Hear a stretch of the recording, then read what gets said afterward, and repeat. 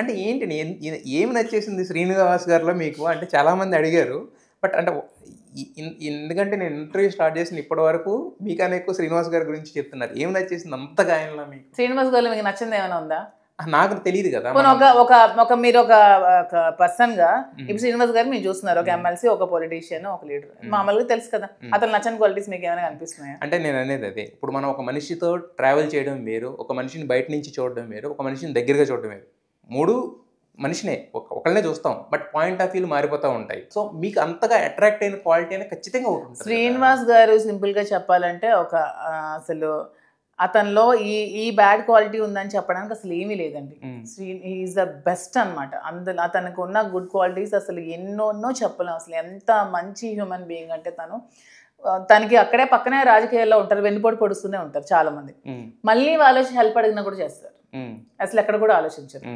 ఎక్కడ కూడా ఒక అక్రమాలు చేయడం కానీ, భూ కబ్జాలు చేయడం కానీ, ఇంత ఒక పదవిలో ఉంటూ దాన్ని మిస్యూజ్ చేయడం కానీ, అసలు ఏ విధంగా ఒక పొలిటీషియన్గా ఉంటూ పదవిని మిస్యూజ్ చేయకుండా, ఒక లంచం తీసుకోకుండా, ఎవరిని కష్టపెట్టకున్నా, 2 రాష్ట్రాల్లో ఎవడైనా నాయకుడు ఉన్నాడంటే ఒకే ఒకడు దువ్వాడ శ్రీనివాస్.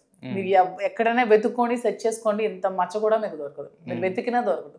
అందుకే అంత రెబల్గా, అంత స్ట్రాంగ్గా ఉంటాడు, అంత స్ట్రాంగ్గా ఫైట్ చేస్తాడు. ఎవరు కూడా మీరు పాయింట్అవుట్ చేయడానికి ఇదని చెప్పలేరు. మా ఒక్క విషయంలో మీరు పాయింట్అవుట్ చేస్తున్నారు తప్పితే ఇంకే విషయంలో కూడా ఎందుకు మరి ఇంతమంది మీద కేసులు పడ్డాయి కదా, శ్రీనివాస్ గారు ఎందుకు పడలేదు? సో అలాంటివి ఏవి తనకి ఇష్టం ఉండదు. ఎప్పుడు నీతి నిజాయితీలతోనే ఉంటారు, 100% జెన్యున్గా ఉంటారు. దాని దగ్గర 10 రూపీస్ ఉంటే ఆ 10 రూపీస్ కూడా పక్కవాడి కోసమే ఖర్చు పెడుతూ ఉంటారు. పేదల కష్టంలో ఉంటే అస్సలు చూడలేరు, నిరంతరం ప్రజలతోనే ఉంటారు. అసలు ఎన్ని క్వాలిటీస్ చెప్పలేము అనమాట. అంటే మీకు బాగా అంటే ఫస్ట్ చూడంగానే శ్రీనివాస్ గారిని చూడంగానే ఫస్ట్ ఉన్న ఇంప్రెషన్ ఏంటి? తర్వాత ఎప్పుడు ఫస్ట్ టైం శ్రీనివాస్ గారిని ఉత్తరాంధ్రలో మేమందరం ట్రావెల్ చేస్తూ ఏం చూస్తాం అంటే హీఈస్ ఫైర్ బ్రాండ్, ఒక వాయిస్ ఉన్న లీడర్, ఉత్తరాంధ్రకు ఒక ఫైర్ బ్రాండ్గా ఒక వాయిస్ ఉన్న లీడర్గా మేము చూస్తాం. మీ అందరం కూడా జిల్లాలో, నేను కూడా మొదట దాన్ని అలాగే చూస్తాను, ఒక ఫైర్ బ్రాండ్గా చూస్తాను, ఒక మంచి వాయిస్ ఉన్న లీడర్గా చూస్తాను.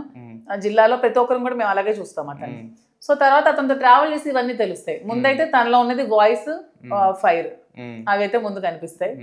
తర్వాత మనం ట్రావెల్ చేసే కొద్ది అతని గుణగణాలన్నీ తెలుస్తాయి. తను ఎంత మంచి మనిషి, ఎంత స్ట్రాంగ్ గా ఉన్నా సరే తను ఎంత ఇదిగా ఉంటారు, ఎంత ప్రేమగా ఉంటారు, ఎంత అభిమానంతో ఉంటారని అది ట్రావెల్ చేస్తున్న కొద్ది తెలుస్తుంది. ఓకే, ఇవి చాలా మందిలో చూస్తుండొచ్చు మీరు, అంటే ఇప్పుడు మీరు చెప్పిన గుణగణాలని. బట్ కాకపోతే ఇదంతా లైఫ్ లో ట్రావెల్ చేసి చాలా మందిలో నేను చూడలేదే.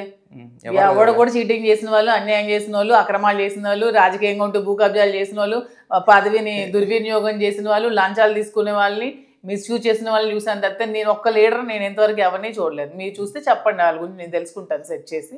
నేనైతే చూడలేదు. ఆయన అంటే ఫైర్ బ్రాండ్ అని ఆయన అంటారు, కానీ ఫైర్ బ్రాండ్ అని ఆయన మిమ్మల్ని ఎందుకు అంటారు ఇప్పుడు అర్థం అవుతుంది. అలా కాదు, అంటే మీరు చాలా మందిలో ఉంటాయన్న క్వశ్చన్కి నేను ఆన్సర్ చెప్తున్నాను. అవును, ఖచ్చితంగా. అంటే అది ఒక్కొక్కరు పాయింట్ ఆఫ్ వ్యూ ఒక్కొక్క రకంగా ఉంటుంది కదండి.